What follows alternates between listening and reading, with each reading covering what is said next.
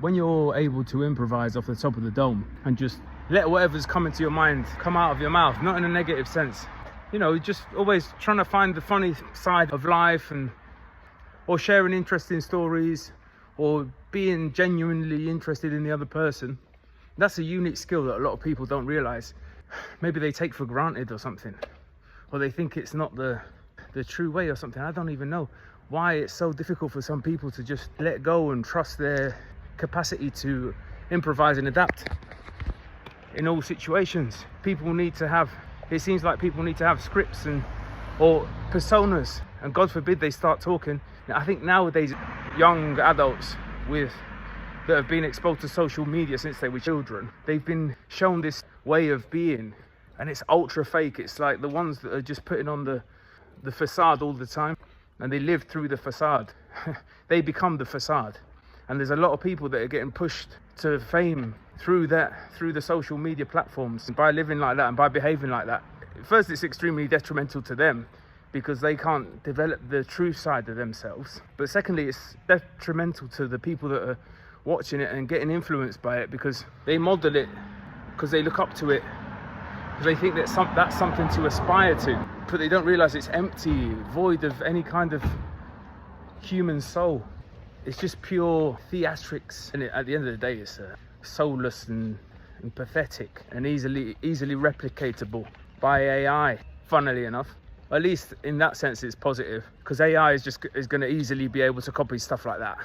I'm going to use that as a way to step into that topic, because I actually wanted to talk about not being scared of the AI takeover. AI is never going to be able to replicate the true human spirit. At least that's my belief. Maybe I'm wrong. I think that AI is not going to be able to make the connection like us humans can make connections with each other, unless somehow it manifests a spirit, and that will be a deep connection between humans and AI, and that might even be beautiful. But I don't know if that's even possible, to be honest. I'm not that knowledgeable at all about that type of stuff. But one thing that I do know about us human beings is we crave human interaction. Some in more quantity, some in less quantity. Some people thrive more of being around people. Some people don't need it so much, but we still thrive off human connection and relationships. One of the human motivations to be alive is to have profound, meaningful relationships.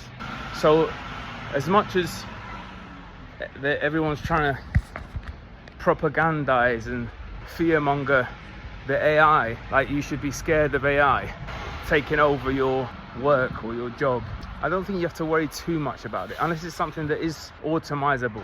Then you want to start learning some other skill, because it's going to come and kick you out of your job eventually when someone manages to incorporate AI into your position. But for the people that are creating content, or for people that are, I don't know, psychologists, I mean, there's plenty of other sectors that they try and make you worry about losing your position to AI.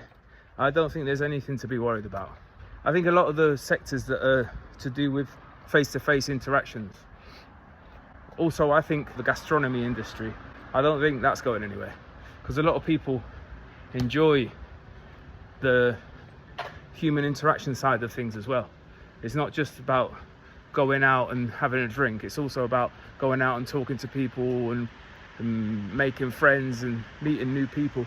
It's all part of the experience. Robots and AI they're not going to be able to deliver that kind of experience. So there's really nothing to be afraid of. You should welcome it and adapt. That's what we need to do. We need to be adaptable.